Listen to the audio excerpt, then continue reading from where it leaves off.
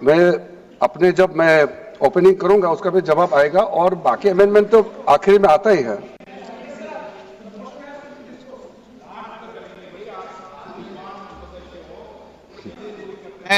चलिए माननीय मंत्री जी।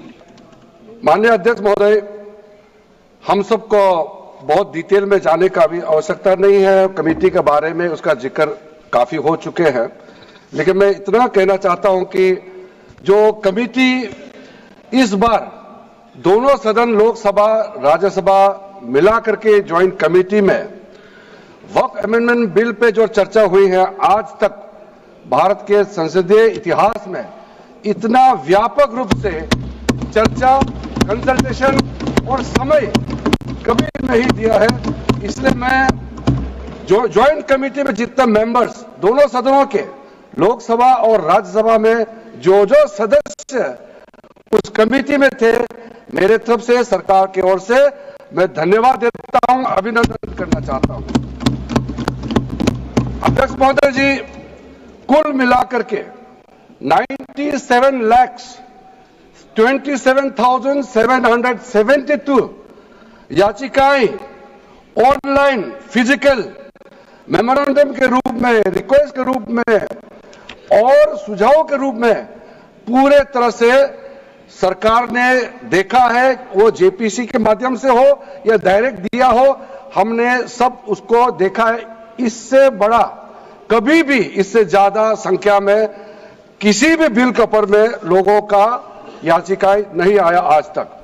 कुल मिलाकर के 284 डेलीगेशन ने अलग अलग समुदाय के जो स्टेक होल्डर्स है, उन्होंने कमेटी के सामने में अपने बात को रखा है, सुझाव भी दिया है।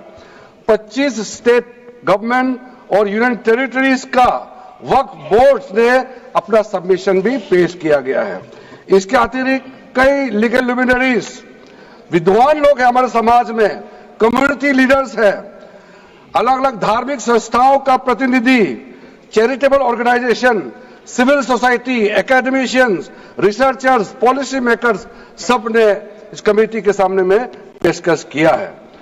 उसके साथ साथ मैं कहना चाहता हूं सर, आज जब मैं जो बात रखूंगा आपके सामने में, पिछली बार जब हमने ये प्रस्तुत किए थे बिल को इस सदन में, तब भी मैंने कई बातें बताई थी।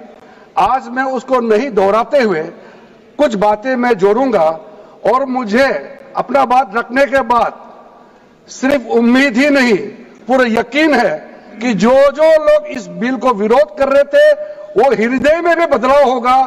पॉजिटिव सोच के साथ इस बिल में सब समर्थन करेंगे, ये मैं विश्वास के साथ आप आगे अपना बात रखना चाहता हूं। क्योंकि मैं पॉजिटिव नोट से बात रखना चाहता हूं, तो इसलिए एक मेरे जो मन की बात है मैं कहना चाहता हूं, तो इससे अच्छा संदेश जाए।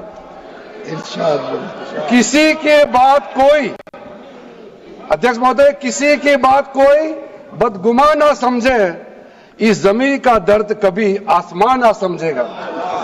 ये मैं दिल से कह रहा हूं, क्योंकि अच्छा सोच के साथ, बड़ा दिल के साथ, खुले मन से मैं ये प्रस्ताव आपके सामने में पेश कर रहा हूं। सर, कई लोगों ने अपने अपने तरीके से बातें रखी हैं। किसी ने कहा ये प्रावधान अनकॉन्स्टिट्यूशनल है, गैर संवैधानिक है। किसी ने कहा ये इलीगल है, अनलॉफुल है।